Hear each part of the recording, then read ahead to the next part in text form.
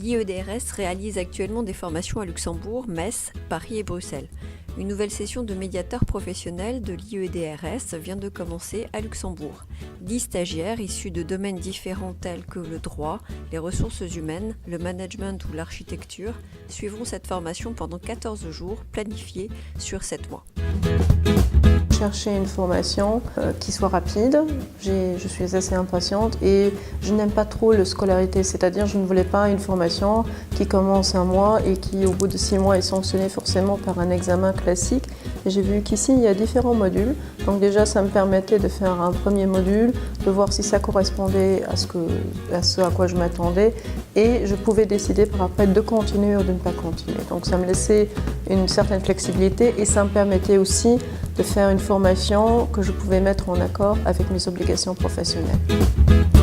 Ce qui me plaît beaucoup, c'est que ça ne me rappelle pas l'école. On ne me donne pas des textes à lire, on ne me donne pas une formation, c'est-à-dire il n'y a pas une personne qui parle et moi je dois écouter, je dois prendre des notes. Mais on me fait bouger beaucoup, on me fait agir.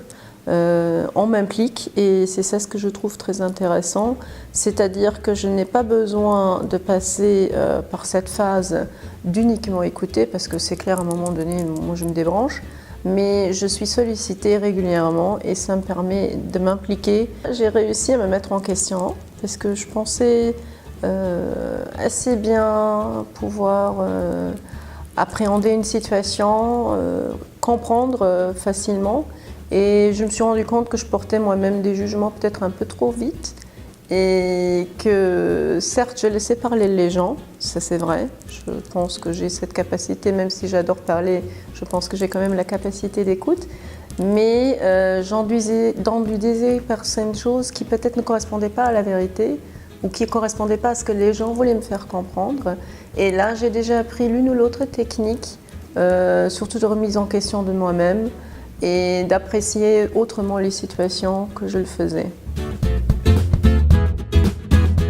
La médiation, c'est très important parce que je fais un métier où je suis souvent habituée à rencontrer des gens qui sont en situation de conflit et je vois plutôt que le conflit, ça range les gens, ça bouffe les gens et je trouve qu'une des premières choses qu'un avocat devrait faire quand vous avez un client qui débarque avec plein d'émotions, c'est de réussir à recadrer vraiment la situation, à dédramatiser la situation.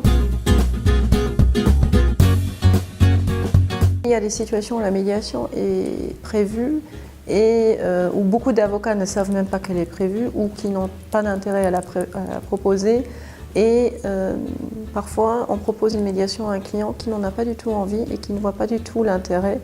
Alors que de façon neutre, nous, professionnels, on devrait voir un intérêt tant privé que pour toute l'implication et pour toute l'ampleur du litige à la base. Et j'espère apprendre ici des instruments, des outils qui me feront amener mon client le plus réticent à être ouverte à la médiation et qui c'est peut-être même mon avocat adversaire aussi, à pouvoir discuter avec lui de cette opportunité.